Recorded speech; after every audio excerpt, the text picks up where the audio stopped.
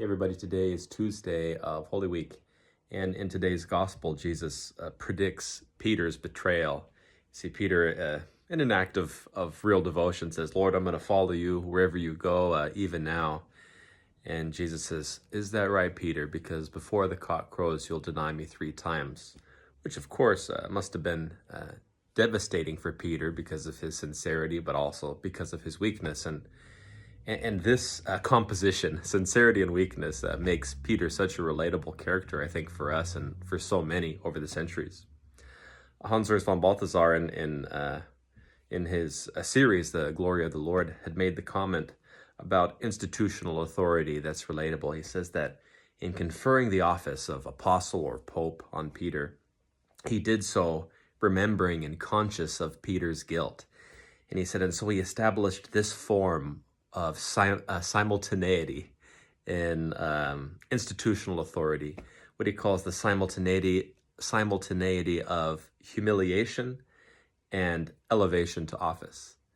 And I found that idea so helpful that we are, people in whom can be found both light and darkness, real virtue and troublesome weakness and sin and error.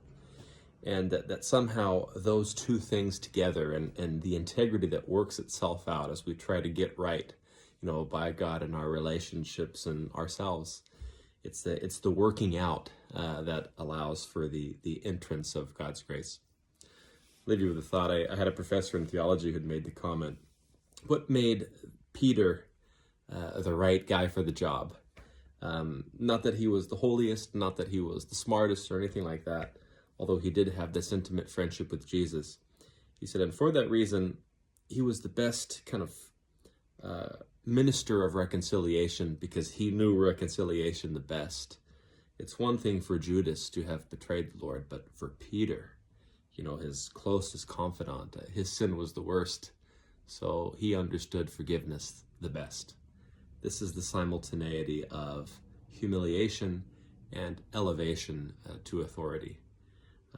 Claiming both is an important part of the spiritual project.